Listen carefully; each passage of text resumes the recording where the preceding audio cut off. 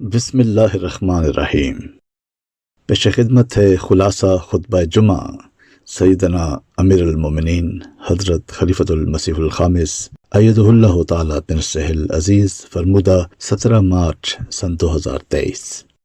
امیر المؤمنین حضرت خلیفۃ المسیح الخامس ایدہ اللہ تعالی بنصرہ العزیز نے مؤرخہ 17 مارچ سن 2023 کو مسجد مبارک اسلام آباد ٹلفرڈ UK میں خطبہ جمعہ ارشاد فرمایا، جو مسلم ٹیلی ویژن احمدیہ کے توسط سے پوری دنیا میں نشر کیا گیا۔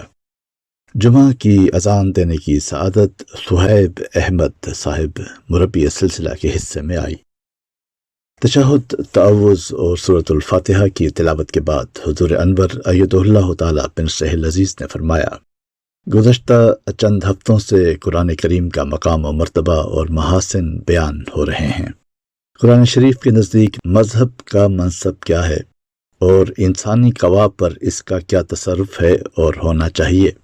حضرت مسیح موعود علیہ السلام فرماتے ہیں کہ انجیل نے اس کا کوئی جواب نہیں دیا، کیونکہ انجیل حکمت کے طریقوں سے دور ہے، لیکن قرآن شریف بڑی تفصیل سے بار بار اس مسئلے کو حل کرتا ہے کہ مذہب کا یہ منصب نہیں ہے کہ انسانوں کے فطرتی قوا کو تبدیل کرے اور بھیڑیے کو بکری بنا کر دکھلائے، یعنی طاقتور کو کمزور بنا کر دکھائے، بلکہ مذہب کی علت غائی یہ ہے کہ جو قوا اور ملکات فطرتاً انسان کے اندر موجود ہیں، جو صلاحیتیں اور طاقتیں ہیں، ان کو اپنے محل اور موقع پر لگانے کے لیے راہبری کرے۔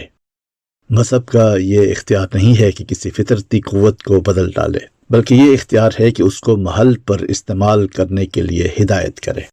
صرف ایک قوت پر زور نہ ڈالے، بلکہ تمام قوتوں کے استعمال کے لیے وصیت فرمائے۔ اصل غرض اصلاح اور بہتری ہے، اور یہ مقصد جس طرح بھی پورا ہو اس کی کوشش کرنی چاہیے۔ حضرت مسیح موعود علیہ السلام فرماتے ہیں کہ یہ بات واقعی سچی ہے کہ مسلمان قرآن کو بالکل نہیں سمجھتے، لیکن اب خدا کا ارادہ ہے کہ صحیح معنی قرآن کے ظاہر کرے۔ خدا نے مجھے اسی لیے مأمور کیا ہے، اور میں اس کے الہام اور وحی سے قرآن کریم کو سمجھتا ہوں۔ قرآن کریم کی ایسی تعلیم ہے کہ اس پر کوئی اعتراض نہیں آ سکتا، اور معقولات سے ایسی پر ہے کہ ایک فلاسفر کو بھی اعتراض کا موقع نہیں ملتا۔ قرآن شریف پر تدبر کرو، اس میں نیکیوں اور بدیوں کی تفصیل ہے اور آئندہ زمانے کی خبریں ہیں۔ یہ وہ مذہب پیش کرتا ہے جس پر کوئی اعتراض نہیں ہو سکتا، کیونکہ اس کے برکات اور ثمرات تازہ بتازہ ملتے ہیں۔ یہ فخر قرآن مجید کو ہی ہے کہ اللہ تعالیٰ نے ہر مرض کا علاج اس میں بتایا، تمام قوا کی تربیت فرمائی ہے، اور جو بدی ظاہر کی ہے اس کے دور کرنے کا طریق بھی بتایا ہے۔ اس لیے قرآن مجید کی تلاوت کرتے رہو، دعا کرتے رہو، اور اپنے چال چلن کو اس کی تعلیم کے ماتحت رکھنے کی کوشش کرو۔ حضور انور نے فرمایا کہ بدعات سے ہمیں بچنا چاہیے، اور قرآن شریف کا ترجمہ اور تفسیر پڑھنے کی طرف زیادہ توجہ دینی چاہیے۔ اگلے ہفتے رمضان بھی شروع ہو رہا ہے، تو اس رمضان میں خاص طور پر ہمیں قرآن کریم پڑھنے، پڑھانے اور سمجھنے کی کوشش کرنی چاہیے۔ حضرت مسیح موعود علیہ السلام فرماتے ہیں کہ دل کی سختی کو نرم کرنے کے لیے یہی طریق ہے کہ قرآن شریف کو ہی بار بار پڑھے۔ جہاں جہاں دعا ہوتی ہے وہاں مومن کا بھی دل چاہتا ہے کہ یہی رحمت الہی میرے بھی شامل حال ہو۔ قرآن کریم کی مثال ایک باغ کی ہے کہ ایک مقام سے پھول چنتا ہے، پھر آگے چل کر اور قسم کا چنتا ہے۔ بس چاہیے کہ ہر مقام کے مناسب حال فائدہ اٹھاوے۔ اس سے روحانی ترقی ہوتی ہے کہ انسان احکامات اور نواہی کو اپنے اوپر لاگو کرے، جو حکم اللہ تعالیٰ نے دیے ہیں وہ کرے، اور جن سے روکا ہے ان سے روکنے کی کوشش کرے۔ یہی پھول ہیں جو انسان اس باغ سے چنتا ہے۔ ایک مرتبہ حضرت عمر رضی اللہ تعالیٰ عنہ کسی معاملہ پر فیصلہ کرنے لگے تو ایک بوڑھی عورت نے کہا کہ حدیث میں یہ لکھا ہے، لیکن آپ رضی اللہ تعالیٰ عنہ نے فرمایا کہ میں ایک بڑھیا کے لیے کتاب اللہ کو ترک نہیں کر سکتا۔ بس حقیقت یہی ہے کہ اسی کو ہمیں اختیار کرنا چاہیے۔ اگر یہ نہیں ہوگا تو بدعات پھیلتی چلی جائیں گی، اور اسی وجہ سے مسلمانوں میں بدعات پھیلتی جا رہی ہیں اور قرآن کریم کی اصل تعلیم سے دور کر رہی ہیں۔ عامۃ المسلمین کی اکثریت تو جاہل ہے، نام نہاد علماء ان کو جس طرف لے جاتے ہیں وہ چل پڑتے ہیں اور بدعات پھیلتی جاتی ہیں، لیکن اس کے باوجود ہم پر الزام ہے کہ ہم قرآن کریم کی تحریف کرتے ہیں۔ حضرت مسیح موعود علیہ السلام فرماتے ہیں کہ جب تک مسلمان قرآن شریف کے پورے متبع اور پابند نہیں ہوتے وہ کسی قسم کی ترقی نہیں کر سکتے۔ آپ علیہ السلام فرماتے ہیں کہ قرآن جواہرات کی تھیلی ہے اور لوگ اس سے بے خبر ہیں۔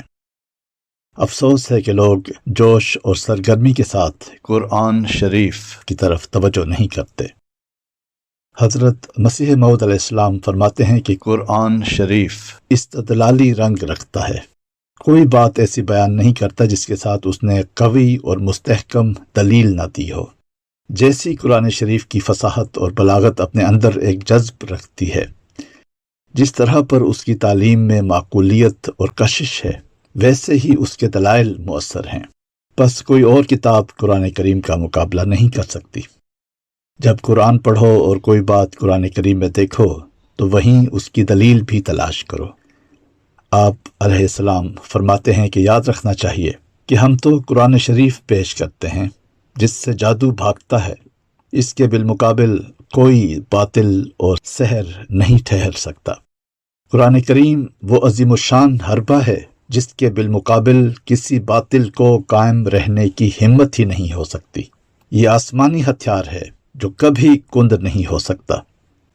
بس ہمیں قرآن شریف پر غور و تدبر کی طرف زیادہ توجہ دینی چاہیے تاکہ ہم اپنی روحانی اور علمی حالت بھی بہتر کریں اور مخالفین کا رد بھی کر سکیں۔